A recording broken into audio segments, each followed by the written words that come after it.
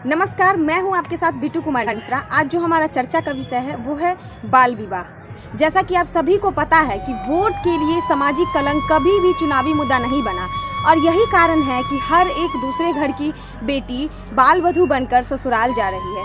आज हम एक छोटे से आंकड़े के माध्यम से आपको बताएंगे कि किस कदर बाल विवाह हमारे देश में रूढ़िवादिता चली आ रही है। वर्ष 2005 और 6 में हमारा बिहार सबसे टॉप पायदान पर था। इस समय बाल विवाह की प्रतिशत दर संख्या 47.8% थी, जो कि वर्ष 2015 और 16 की जनगणना के अनुसार में थोड़ी कमी आई 42.5%।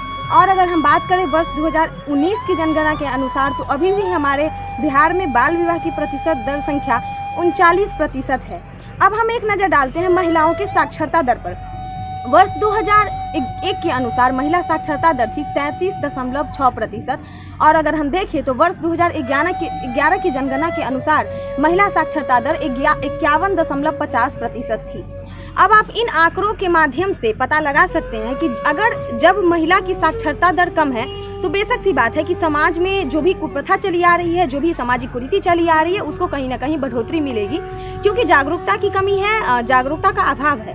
हमारे जो अभी बिहार के माननीय हमारे जो नीतीश कुमार जी हैं, मुख्यमंत्री हैं, उन्होंने बहुत ही अच्छा आह्वान किया बाल विवाह दहेज प्रथा कुरीतियों के खिलाफ। उन्होंने कई कानून बनाए एवं कई बिल नियम पारित किए, लेकिन ये जो चीज़ है ये नियम और कानून के तले नहीं बंधे हुए हैं, बल्कि ये एक मानसिक सोच है, ये एक रूढ़िवादिता चीज़ है, ये अशिक्षा के प्रभाव के कारण हो रहा है। तो अगर हम सब मिलकर इस पर ध्यान देंगे, चाहे वो पंचायत से लेकर के बिहार तक बैठे हुए कुर्सी पर लोग, इन सबको मिलकर साथ में ध्यान देना होगा।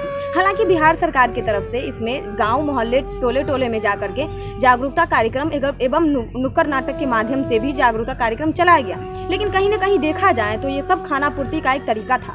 और अभी अगर हम बात करें प्रशासन की बाल विवाह में जिम्मेवारी और भूमिका की, तो जब तक आप एक स्तर से उनको शिकायत लिख कर नहीं देंगे, जब तक उनको जानकारी नहीं मिलती है, तब तक बाल विवाह नहीं रुकती है। जाहिर सी बात है, अगर गांव में किसी की बाल विवाह होती है तो तिथि तय हो जाने के बाद ही गांव के लोगों को पता चलता है।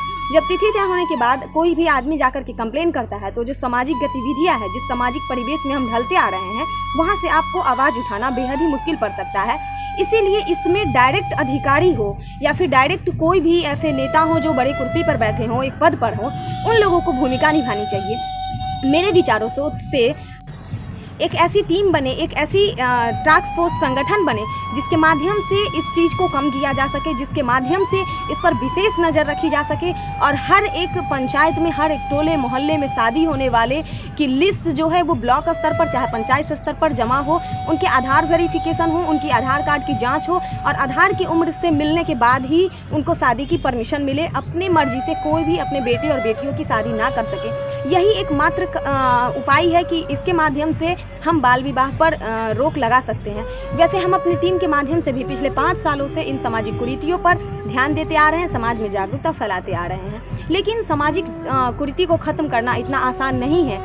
ये एक हमारी लंबी लड़ाई है। कहीं ना कहीं थोड़ी सी बदलाव इसमें नज़र आती है, लेकिन अचानक से हम इसमें बदलाव की कल्पना नहीं कर सकते हैं।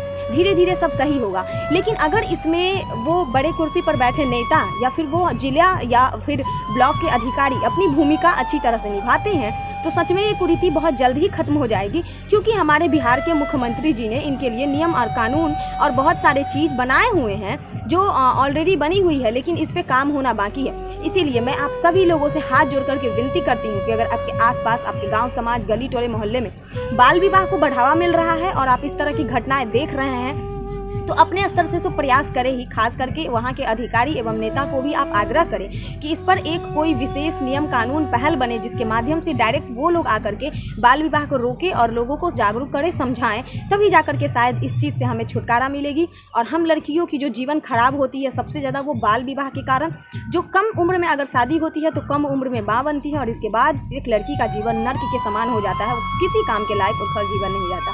इसीलिए ज़रूरत है हमें इन चीज़ों को बचाने की। अगर सच में आप नारी सशक्तिकरण का नारा साबित करना चाहते हैं, उसको आगे बढ़ाना चाहते हैं, तो सबसे पहले बाल विवाह पर रोक लगाना होगा, क्योंकि आज हमारे समाज में बाल विवाह को एक बड़े ही स्तर पर बढ़ावा मिल रहा है।